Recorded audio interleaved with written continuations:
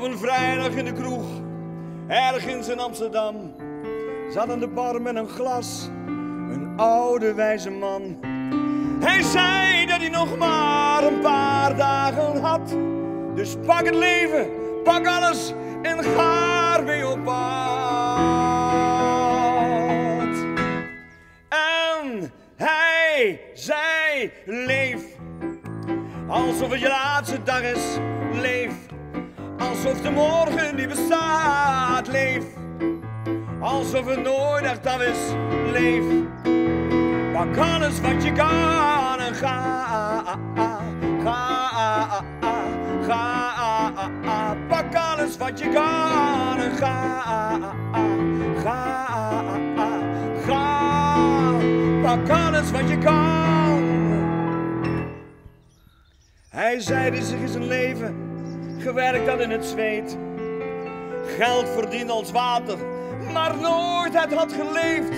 Zijn vrouw was bij hem weg, voor een ander in geruild.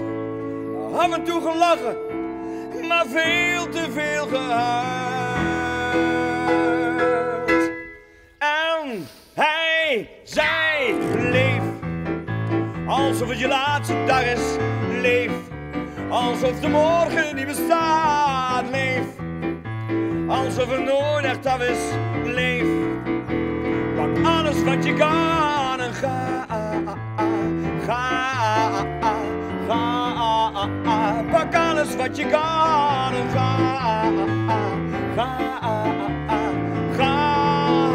Pak alles wat je kan.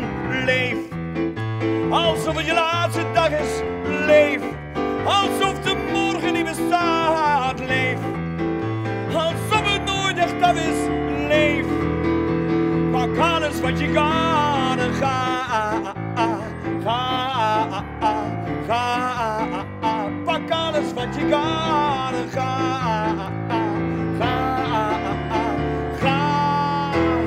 Pak alles wat je kan.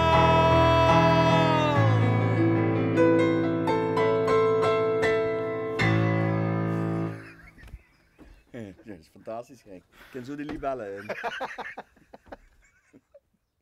Heerlijk.